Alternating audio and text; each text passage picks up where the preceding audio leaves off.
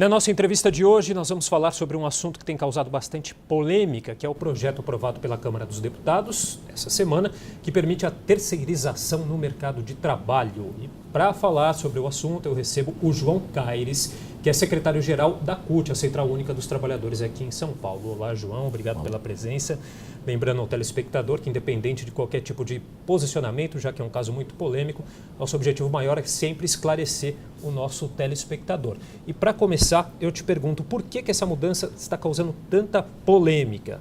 Primeiro, que é um projeto polêmico, e segundo, que eles fizeram a toque de caixa, sem discussão, e ainda por cima ressuscitaram um projeto de 98 que já tinha sido abandonado, né? Então nos preocupa esse projeto, porque é um projeto que vem desde aquela época, e há algumas intenções de discutir se realmente as empresas, se envolver esse projeto de 98, vão ser anistiadas, por exemplo, de dívidas da Previdência ou passivos trabalhistas. Quer dizer, na sua opinião, faltou um debate maior com a sociedade? Exatamente.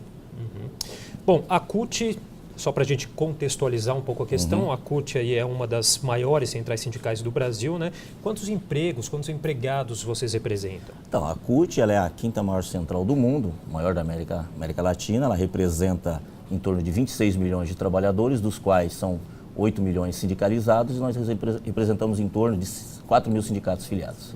E como que a CUT vai conduzir uma articulação com os pontos do projeto das quais a Central discorda? Aproveitando já para falar quais são os pontos que a Central Única dos Trabalhadores discorda. Não, primeiro que os empresários dizem que é para regulamentar, e na verdade a terceirização ela já é regulamentada. Existe uma súmula do TST e na verdade na origem da CLT, uma coisa que os trabalhadores sempre lutaram era contra essa questão de atravessadores ou intermediador de mão de obra, né? A mesma coisa como acontece no comércio, o atravessador de preço.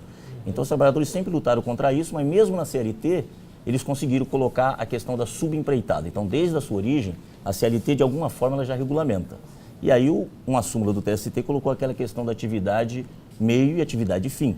Então, nós entendemos que isso já é uma regulamentação. O que os empresários querem, na verdade, é desregulamentar totalmente. Ou seja, deixar os trabalhadores na mão dos empresários, que a gente sabe o que acontece com as empresas terceirizadas, que não têm muito poder econômico. Acaba quebrando e os trabalhadores ficam sem os seus direitos, eles não recolhem fundo de garantia, não recolhe o pagamento da Previdência. Então, são N problemas que a gente tem acompanhado ao longo do tempo, né?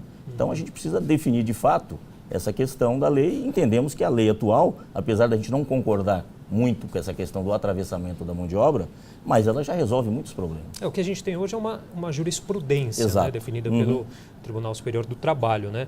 Agora, tendo de fato uma regulamentação, isso levando em conta o alto número de desempregados que a gente tem no Brasil, isso não traz mais segurança jurídica na contratação de funcionários? Não, muito pelo contrário. Esse discurso de falar que vai gerar emprego é falso.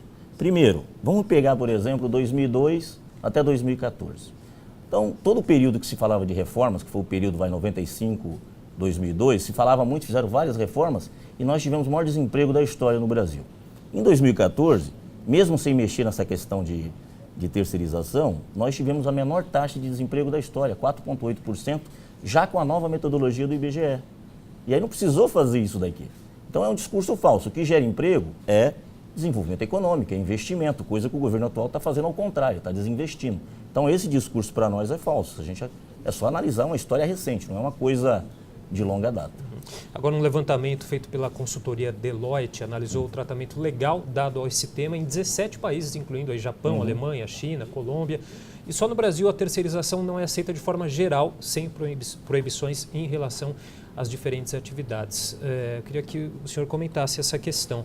Eu questiono esse estudo da Deloitte, até porque eu já visitei alguns países, como a China, a própria Alemanha, que é um país muito avançado. Eu já fui em grandes empresas montadoras, inclusive que nem por exemplo, a segurança patrimonial é terceirizada, é da própria empresa. Então, é questionável. E a gente tem estudos, por exemplo, da OIT.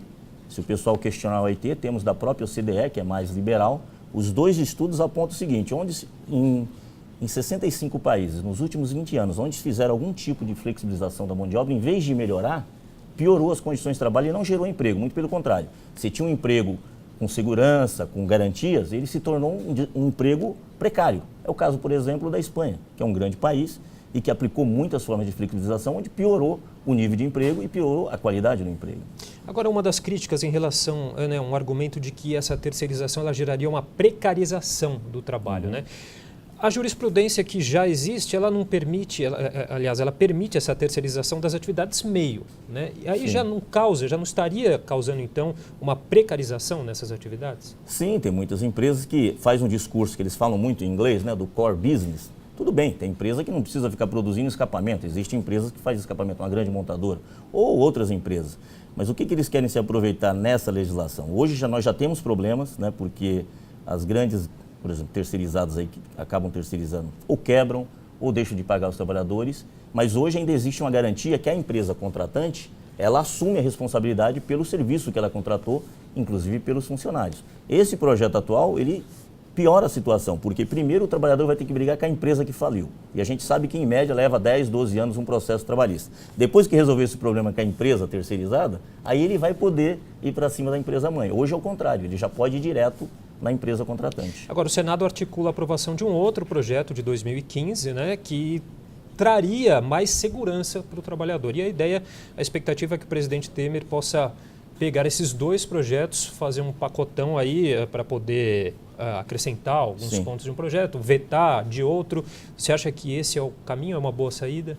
Então, tem vários projetos. Inclusive, o próprio 4330, que nós somos contrários, é melhor do que esse que foi aprovado do ponto de vista dos trabalhadores, porque ele é mais duro com as empresas.